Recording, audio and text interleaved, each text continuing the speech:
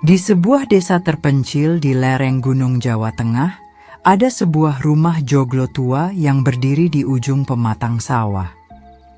Rumah itu terbuat dari kayu jati, usianya sudah puluhan tahun, dan diwariskan dari generasi ke generasi.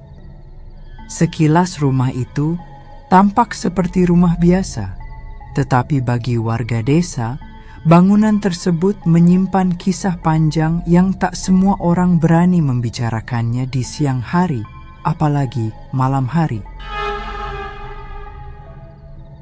Rumah itu adalah milik seorang perempuan tua bernama Mbah Ratri, seorang dukun beranak yang dikenal luas di kalangan masyarakat. Mbah Ratri bukan sekadar seorang dukun beranak. Selama hidupnya, ia membantu ratusan perempuan melahirkan, tidak hanya di desanya tetapi juga di desa-desa tetangga. Ia memiliki pengetahuan mendalam tentang ramuan tradisional dan doa-doa yang dipercaya mampu menenangkan ibu yang sedang berjuang melahirkan. Namun ada satu hal lain yang membuatnya begitu dihormati sekaligus ditakuti. Ia dipercaya memiliki mata batin, kemampuan untuk melihat makhluk-makhluk yang tidak terlihat oleh mata manusia biasa. Setelah Mbah Ratri meninggal dunia beberapa tahun lalu, rumah joglo itu dibiarkan kosong. Gentengnya mulai ditumbuhi lumut, papan kayunya menghitam dimakan usia, dan halaman depannya dipenuhi daun-daun kering dari pohon beringin besar yang tumbuh di samping rumah. Orang-orang desa jarang berani melewati rumah itu saat malam tiba. Ada yang mengaku mendengar suara perempuan menangis, ada pula yang mengaku melihat sosok nenek berambut putih berjalan perlahan di sekitar rumah itu. Namun bagi sebagian orang, rumah itu menyimpan kenangan baik. Salah satunya adalah Sari, seorang perempuan muda yang tinggal tak jauh dari rumah tersebut. Kisahnya terjadi pada malam hujan deras saat ia sedang hamil anak pertamanya. Suaminya, Andri, sedang merantau ke kota untuk mencari pekerjaan. Malam itu Sari sendirian di rumah kecil mereka, menunggu kabar dari suaminya yang berjanji akan pulang dalam beberapa hari. Saat tengah malam, perutnya mulai terasa sakit. Awalnya ia mengira hanya kontraksi palsu, namun rasa sakit itu semakin lama semakin kuat. Nafasnya mulai terengah dan peluh dingin membasahi wajahnya.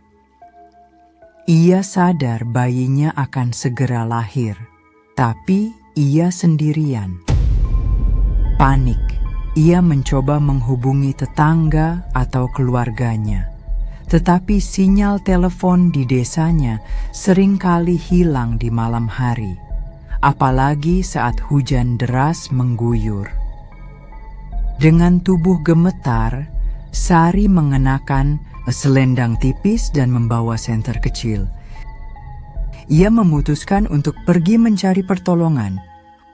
Rumah tetangga terdekat berjarak cukup jauh, melewati jalan kecil yang licin dan gelap. Hujan deras membuat perjalanan semakin sulit. Sari menahan sakit sambil berjalan perlahan, tangannya memegangi perutnya yang semakin kencang.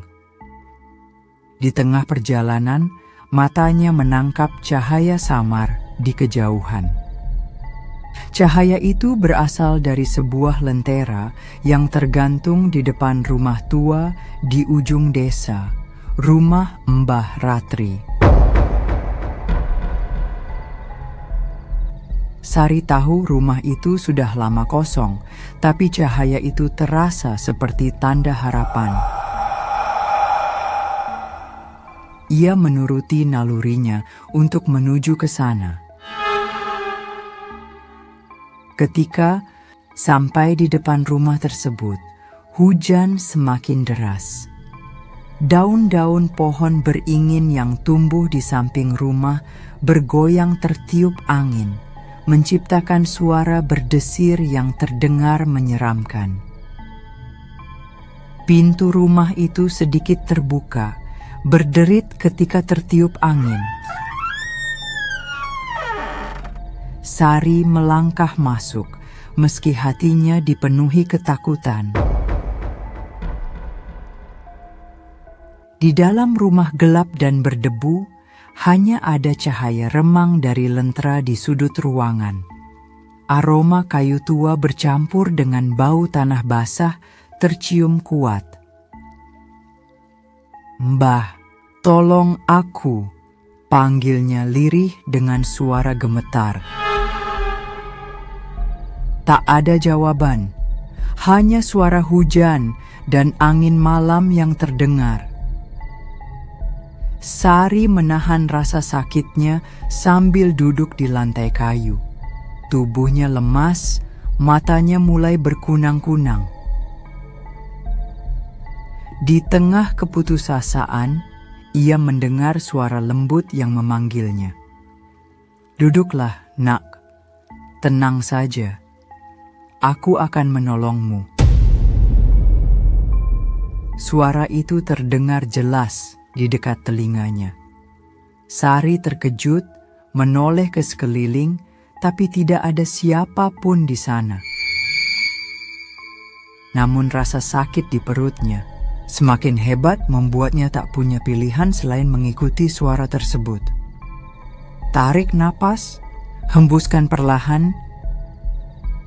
Suara itu kembali terdengar, kali ini dengan nada penuh ketenangan. Sari merasakan ada sesuatu yang menyentuh bahunya. Sentuhan itu dingin tapi lembut. Perlahan-lahan ia merasa seperti ada orang yang membantunya berbaring di tikar lusuh yang ada di tengah ruangan. Ketakutannya perlahan berubah menjadi rasa pasrah. Ia menutup mata dan mencoba mengikuti instruksi suara misterius itu. Rasa sakit datang silih berganti, tapi di tengah rasa sakit itu, ia merasakan ketenangan. Aneh, seolah ada banyak tangan tak terlihat yang membantunya. Ada yang mengelus rambutnya, ada yang menahan pinggangnya, ada pula yang seperti memegang tangannya dengan lembut. Di tengah proses persalinan itu, Sari sempat membuka mata. Di hadapannya berdiri seorang perempuan tua berambut putih mengenakan kebaya lusuh. Wajahnya pucat, matanya dalam, dan kulitnya tampak tembus cahaya. Meski penampilannya menyeramkan, senyumnya menenangkan. Sari merasa mengenali sosok itu. "Tenanglah, nak. Bayimu sebentar lagi akan lahir," ucap sosok itu. Dengan sisa tenaga terakhir, Sari melahirkan anaknya. Tangisan bayi yang nyaring memecah kesunyian malam. Perempuan tua itu menggendong bayi tersebut dengan lembut, lalu menatap Sari sambil tersenyum. "Anakmu selamat, nak. Istirahatlah. Aku akan menjaganya," ucapnya. Sari merasa tubuhnya ringan dan tertidur pulas. Keesokan paginya, warga desa menemukan Sari tertidur di ruang tengah rumah Mbah Ratri dengan bayinya yang sehat di sampingnya. Mereka terkejut, bukan main. Rumah itu sudah lama kosong sejak kematian Mbah Ratri 3 tahun lalu. Tak ada seorang pun yang berani tinggal di sana. Namun Sari bersikeras bahwa Mbah Ratri lah yang menolongnya malam itu. Ia menggambarkan penampilan perempuan tersebut dengan detail. Kebaya lusuh, rambut putih panjang, dan senyum lembutnya. Semua orang di desa tahu bahwa itu adalah ciri khas Mbah Ratri ketika masih hidup. Para tetua desa terdiam mendengar cerita Sari. Salah satu dari mereka, seorang lelaki tua yang dulu pernah ditolong Mbah Ratri, berkata lirih. Mbah Ratri pernah berkata, meskipun ia sudah tiada, ia akan tetap menjaga desa ini. Ia tidak akan membiarkan seorang pun celaka jika bisa ia tolong. Sejak malam itu, pandangan warga desa terhadap rumah Mbah Ratri berubah. Rumah tersebut tidak lagi dianggap angker. Orang-orang percaya bahwa arwah Mbah Ratri masih ada di sana untuk melindungi mereka. Lentera di depan rumah itu selalu menyala setiap malam, seolah menjadi tanda bahwa sang penjaga desa masih berjaga. Sari membesarkan anaknya dengan sehat, dan setiap kali ia melewati rumah itu, ia selalu berhenti sejenak untuk berdoa dan mengucapkan terima kasih kepada perempuan tua yang pernah menolongnya. Waktu berlalu, dan kisah Sari menjadi salah satu legenda di desa tersebut. Orang-orang bercerita kepada anak cucu mereka bahwa ada seorang perempuan tua berhati mulia yang tidak hanya menolong orang saat hidupnya, tetapi juga setelah ia meninggal.